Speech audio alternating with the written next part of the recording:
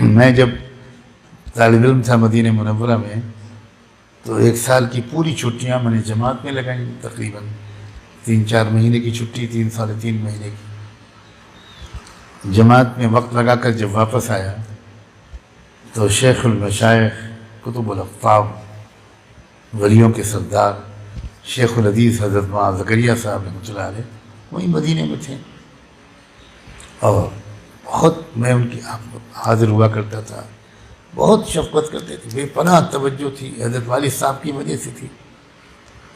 میں جب جماعت میں وقت لگا کر آیا، بہت لمبا وقت، اپنی پوری چھٹیاں، اور شیخ کے یہاں حاضر ہوا تو مجلس کے بعد لائن لگا کر لوگ مسافہ کرتے تھے، میں بھی لائن میں کھڑا ہو گیا، اور میں جب پہنچا میری باری آئی، شیخ نے مجھے دیکھا اور ہاتھ کھینچ لیا، مسافہ کرنے سے انکار کر دیا۔ کہا یہاں کیا لیا ہے، تو حضرت جی ہو گیا، جا تبلیغ ہو جا۔ اب میں ایسا کھڑا ہوں جیسے مجرم، بالکل شیخ نے مسافہ نہیں کیا۔ مجھے اپنی غلطی کا احساس ہوا، میں تو سمجھ رہا تھا حضرت شیخ بہت خوش ہوں گے، الٹی ڈانٹ پڑ گئی۔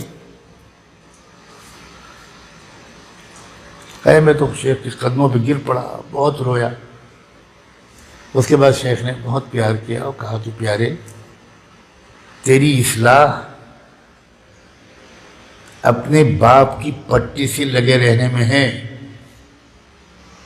تو مجھ سے پوچھتا تو میں کبھی تجھے جماعت میں جانے دے دیتا۔ پہلے ہی دن جس دن چھٹی ہو اس دن پہلی فلائٹ سے گھر جایا کر اور آخری فلائٹ سے واپس آیا کر، تیری اصلاح اس میں ہے۔ اب یہ ہے مرد دانا، مرد حکیم، ورنہ جماعت میں جانے سے بہتر بھی کوئی عمل ہے۔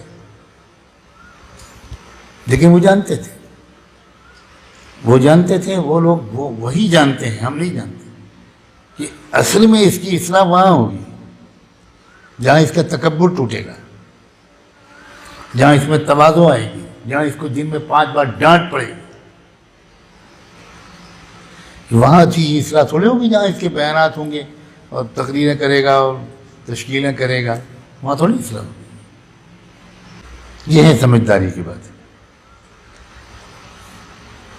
اپنی رائے پر عمل کرنے سے بڑھ کر تو کوئی خباثت ہے ہی نہیں۔ اعجاب کل ذی رأی برأیہ، اکثر لوگ اپنی رائے پر اصرار کرتے ہیں، نہ باپ کی مانتے ہیں، نہ ماں کی مانتے ہیں، نہ استاد کی، نہ شیخ کی۔ ان کا ارأیت من اتخذ الہہ ہوا، ان کا جو معبود ہے، مطاع ہے، پیر ہے، شیخ ہے، مربی ہے، وہ ان کا نفس ہے، اور نفس خبیث ہے وہ۔